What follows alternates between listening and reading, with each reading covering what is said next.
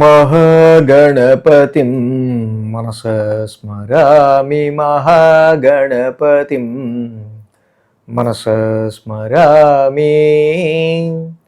TR creations family అందరికీ నా హృదయపూర్వక ధన్యవాదాలు. అలాగే ఈ యొక్క వారం 9వ తారీఖు నుంచి 15వ తారీఖు వరకు కూడా ఆగస్టు మాసానికి సంబంధించి ద్వాదశ రాశుల వారికి రాశి ఫలాలు ఏ విధంగా ఉండబోతున్నాయి ఏంటి అనేది మనం ఇప్పుడు చూద్దాం. సో అలాగే ఇక్కడ మనం చూసినట్టయితే కనుక ఈ వారం మేజర్ ట్రాన్సిటల్ చేంజెస్లో బుధుడు కర్కాటకంలోకి మారున్నారు 6వ తారీఖు నుంచి. సో గత వారమే కుజుడు కూడా మిథున రాశిలో కూర్చున్నారు. సో ఇక ప్లానటరీ పొజిషన్ చూస్తే శని వక్రస్థితిలో మీన రాశిలో ఉన్నారు, కుజుడు మిథునంలో, కర్కాటకంలో రవి, గురు, బుధ, అలాగే కేతు సింహరాశిలో, శుక్రుడు నీచరాశి అని కన్యారాశిలో సంచారంలోకి వచ్చారు ఆగస్టు 1 నుంచి. అలాగే కుంభరాశిలో రాహు యొక్క సంచారం జరుగుతూ ఉంది. సో ఈ విధమైన లాంగ్ టర్మ్ ప్లానెట్స్ ఆధారంగా, అలాగే మేజర్గా మాసగ్రహాలు, అలాగే చంద్రుని యొక్క గమనం ముఖ్యంగా మిథునం, కర్కాటకం, సింహం, కన్యా మీదుగా ఉంది. సో ఇక్కడ చంద్రుని యొక్క గమనం ఆధారంగా కూడా మనం ద్వాదశ రాశుల వారికి సంబంధించి ఈ వారం ఏ విధంగా ఉండబోతుంది ఏంటి అనేది చూద్దాం.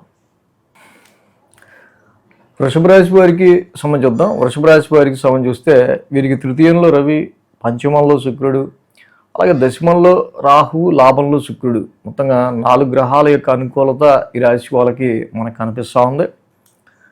అలాగే 2, 3, 4, 5 స్థానాల మీదుగా చంద్రుని యొక్క సంచారం కూడా ఉంది ఈ వారం. మంగళ బుధవారాలు 2 రోజులు కూడా ఈ రాశి వాళ్ళకి అనుకూలంగా ఉంది.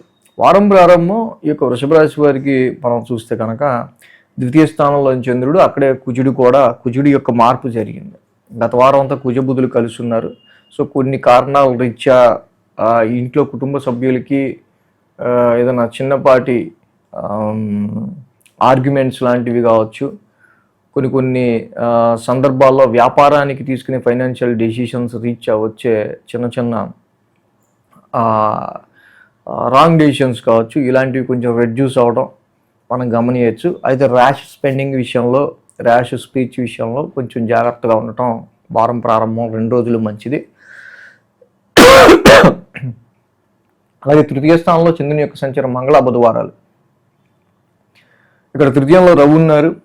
రవి తృతీయంలో చాలా బాగా యోగిస్తారు. వృషభ రాశి వారికి మనం చూస్తే కనుక ఇన్ జనరల్గా ఆల్మోస్ట్ ఒక 3 months తర్వాత రవి ఇక్కడ యోగిస్తూ ఉన్నారు ఈ రాశి వాళ్ళకి. కాబట్టి పరాక్రమ స్థానంలో ఉన్న రవి ఈ రాశి వాళ్ళకి చాలా మంచి ధైర్య సాహసాలు ఇస్తారు. So much of short journeys కూడా ఉండే ఆస్కారాలు మనకి మంగళ బుధవారాల్లో కనిపిస్తూ ఉన్నాయి. అలాగే గురు శుక్రవారాల్లో చూస్తే ఈ రాశికి చతుర్థ స్థానంలో చంద్రుని యొక్క సంచారం, చతుర్థంలో కేతు యొక్క సంచారం కూడా ఉంది. కాబట్టి ఇక్కడ ఈ రాశి వాళ్ళకి సంబంధించి మానసిక ప్రశాంతతకి సంబంధించిన విషయాల్లో, ఉద్యోగానికి సంబంధించి, ప్రొఫెషన్కి సంబంధించిన విషయాల్లో అక్కడ మీరు పెట్టే ఎక్కువ కాన్సన్ట్రేషన్ కావచ్చు, సో ప్రొఫెషన్ మీద మీరు ఎక్కువ ఇన్వాల్వ్ అవ్వటం వల్ల కావచ్చు, మీ ఇన్నర్ పీస్ని సహజంగానే మీరు కోల్పోయే ఆస్కారాలు గురు శుక్రవారాల్లో జనరల్గా మనకు కనిపిస్తూ ఉంది.